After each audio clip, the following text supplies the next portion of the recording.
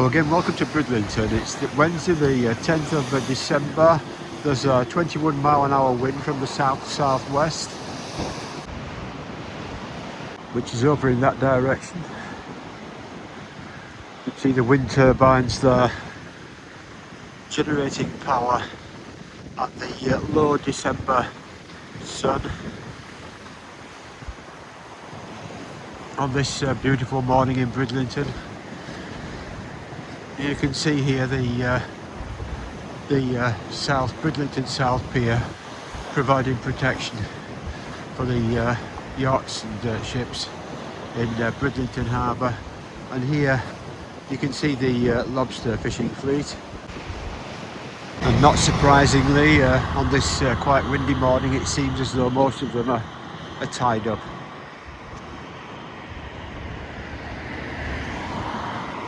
That's the Royal Yorkshire Yacht Club. Also, I think it's now been sold, and I thought this morning we'd have a walk along the Chicken Run Wharf. You might have heard about Bridlington, famous for its lobster, and Bridlington is considered to be the lobster fishing capital of Europe. I think that's more of a sort of a commercial thing. I don't think there's actually a title, an official title for that, because there are lobsters also caught in Scotland, and a big lobster fishing industry in Norway. But the lobsters here at Bridlington are caught, I think, in the seas off Flamborough Head, where there's the beautiful chalk cliffs and I think a chalk seabed. So as we walk along here, I'll ask you to guess how much lobsters actually cost. Now, 2 days ago I was in Leeds Fish Market. That was on Monday the 8th of December 2025. Can you believe lobster £50 per kilogram for 1 kilogram? That's £50, 50 UK pounds.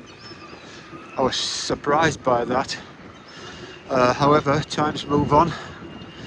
Now, many years ago, 1989, I was in the Philippines with my wife and someone else, and we had lobster thermidor in the Mercedes Hotel.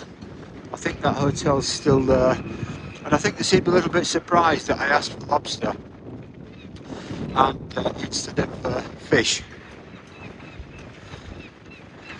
Well, here we are. That's looking down at the. You can see the lobster pots there on the Chicken Run Wharf.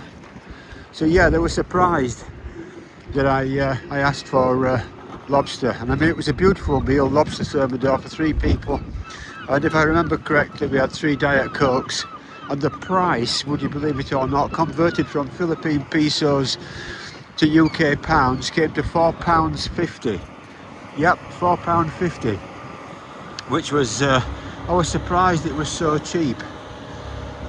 And then I was looking recently at lobster fishing on one of the artificial intelligence programs. Oh, this is Bridlington's boat lift, by the way, belonging to Bridlington Harbour Commissioners. Now it's moving out there into its normal position, and it looks as though it just brought that boat up here, which is the S.A. Emerson. But yes, it seems as though lobster at some point moved from being a food for poor people to a delicacy. Now here's my perspective on this. Lobster tastes better than a lot of whitefish. Whitefish industry here, because the flesh of the fish, of course, as you know, would be white. So the white fishing industry, but the white fishing industry here collapsed, I think, due to many reasons. I don't know whether it was overfished, but I think a long time ago a lot of the UK fishing grounds seemed to be given away to Iceland. Can you see that flock of seagulls there circulating? According to what I've read, lobster wasn't always considered a delicacy, and here at Bridlington, in Bridlington Bay and around Flamborough, there'd be storms going back decades and decades ago, and hundreds of years. These would be, the lobsters would be washed up on the beach, thousands of them, after a storm. Now, no one wanted to eat lobster because it seems as though they were considered to be a sea insect. Because of that, because they didn't have the shape of a fish, as it were. Oh, look at the beauty of that! Look at the Gantilas there, and the early morning sun over the fish stocks. But because they weren't actually a fish, they were considered food for poor people. So you had this very interesting situation, I believe, where poor people were eating lobster, not just in the UK but other places as well. It was a food for poor people, and the rich people ate fish such as cod, which became progressively more expensive as they became rarer to catch.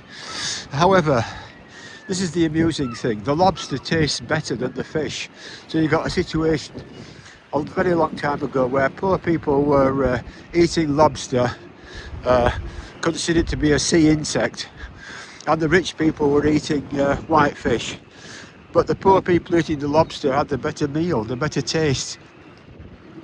All of that, I think, got swept away in the UK when the white fishing industry collapsed, and for various reasons lobster became more and more appreciated as the true delicacy that it actually is. So here is the fishing fleet at Bridlington, and because of the sun I can't really make them out, but it just makes you wonder. Some of these little boats in Bridlington, and I'm not sure what they're actually used for, whether they're for white fishing or what, but just imagine you had a small boat here, like I used to have, an inflatable with a rigid bottom with a 3 horsepower British Seagull outboard back in the 1970s. Imagine if you had a couple of lobster pots somewhere out there. I don't know how much it's regulated, I don't know anything about that really, but you can understand why someone may go out in a little boat and bring 4 or 5 lobsters in, if they're selling in Leeds currently for £50 for 1 kilogram. And at that point I should say that the white fish in Leeds fish market, a lot of them were sort of frozen and imported from the tropics. Like a mackerel, for example, is about £1.50 just for 1 mackerel fish, which is enough for a meal for 1 person, isn't it? So look at the tremendous price difference between lobster and mackerel. At a certain point in our past, a mackerel would be considered far superior to a lobster, and how the tables seem to have changed there. Oh, they have changed. Now here we've got Bridlington Crane Wharf with I think it's an incoming tide this morning.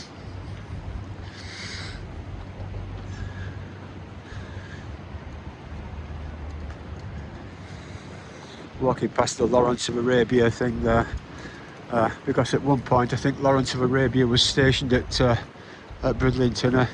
His name eludes me. I think he was a private in the army. And there we have the pirate ship.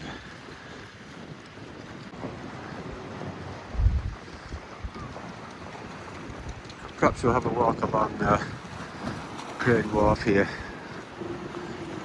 Perhaps walk past the old sea latrine down there.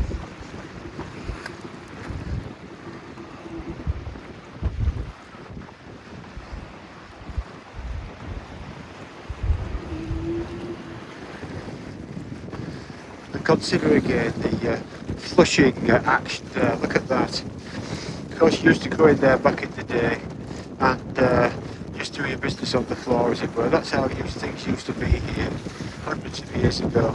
And going right up beyond the 1950s, I can remember that being open in the 1950s. Look at the action of the tide there that would wash it clean.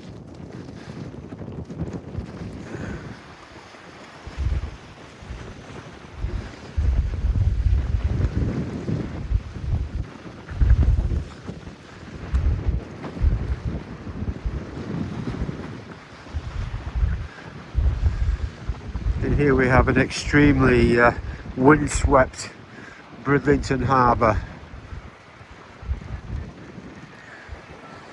The wind is still from the south-southwest at 21 miles an hour. It feels much faster than that, the wind, and it's 9C with a real feel of about, I would imagine it feels like about 0C, perhaps +1.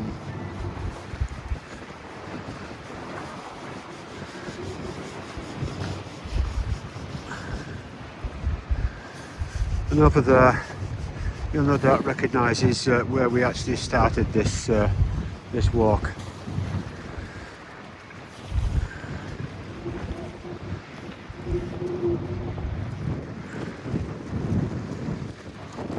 I'm trying to hold the phone steady here, are being buffeted by this wind.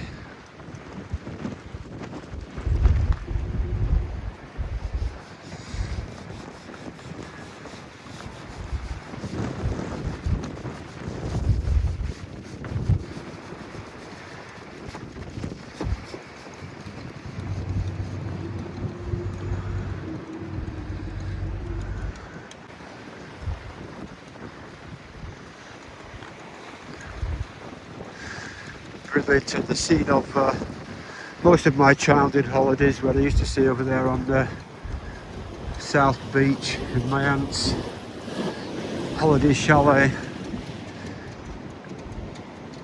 And now, among the many places I'm filming and many things, I'm recording Bridlington for posterity, and I think this is video 115 of Bridlington, since I started filming about 4 years ago.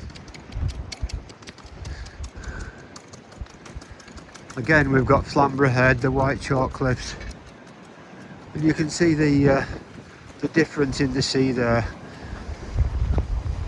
compared with the last couple of visits. We always try to come to Bridlington when the sun's shining. Makes a difference, I think. Over there in the distance, of course, you've got Bridlington North Beach.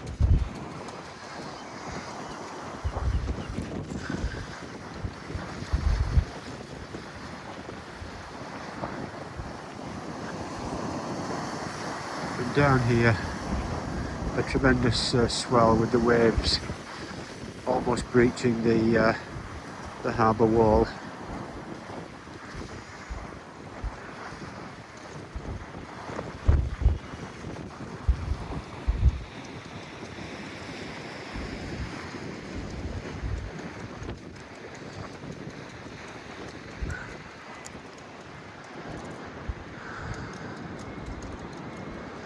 And as we turn here, looking down Bridlington North Pier, I'll end this video because the conditions are a bit on the cool side, shall we say. So I hope you enjoyed this video.